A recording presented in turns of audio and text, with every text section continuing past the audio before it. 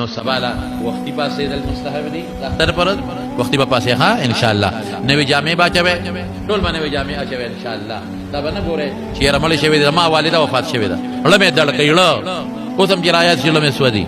او ترور مې وفات شوی چې د مو استاد و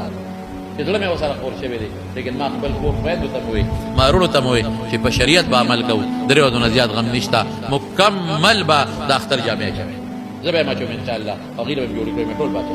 او تعزیت هم نشته تاسو ټول خو شکریا ادا کوم ما خو د ترور متعلق خلکو د ویلانو ډېر مټوي بعض جمعتونو کې وکي مې چې څوک چاله تکلیف د والدې سره ډېر خلک راغلي او بیا ډېر خلک د بیمار او ما پروت او ډېر خلک د ما د ترور دعا راغلي دي الله دې خوشاله کړي او د اختر پر ورځ تاسو ټول ته د ما درخواست دی چې د شریعت په تر باندې د اختر پر ورځ تعزیت او دعاګانې د مړو بالکل نشته ها نو زما د چا نم ګیله نشته بلکې تعزیت لمال مراد اختر پر مبارکه له څوک راځي جدا خبره ده مبارکه له او که څوک دې راځي چې د مور او د ترور دعا به وته کو دا په شریعت کې منع دي ګناه ده بدعت ده نو موږ بر دې نظر ساتو ان شاء الله نه په دې نه ځان ګیلا کو بلکې وای ما چې مال تعزیت لا مرزه بس تاسو ډېر دعاګانې کړې دي ختمونه کې دي ډېر خلکو درود شریف ډېر خلکو سورہ یاسین او اوسه پورې خلک دعاګانې کوي ما لپاره دا ډېر غنیمت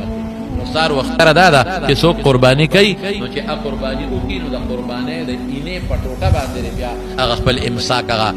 روزه خو ته نه چې ویلې کېږي روزه خو ما ګوري هغه بندش د خوراک بندش دا به د قرباني د اینې پټوټه باندې بیا بندول بهتر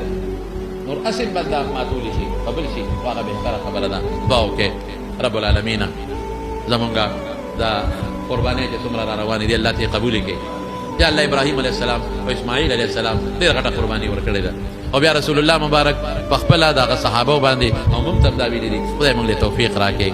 یا الله موږ له توفیق راکړي موږ ستا حمد ادا کوو الله کتاوي چې بچي حلال کې موږ باغ سم کول موږ باغ سم کول الله او تا خپل کرم کړی دی رحم دې کړی دی کله موږ په زړونو کې ته د غوښو نیتونه راځي شیطانی وسوسې موږ معافي غواړو موږ چې الله ته راضي شي دې قبول کړي که چار وجنې وړي الله ته ولا قبول کړي زموږ تکبیرات او توفیق موږ لرا کې بیمارانو ته دعا کې الله ټول بیمارانو له روغ صحت او شفا ورکړي قرضداران الله د قرضونو اخلاص کې الله زموږ د حلال او فراغ روزي نصیب ورکړي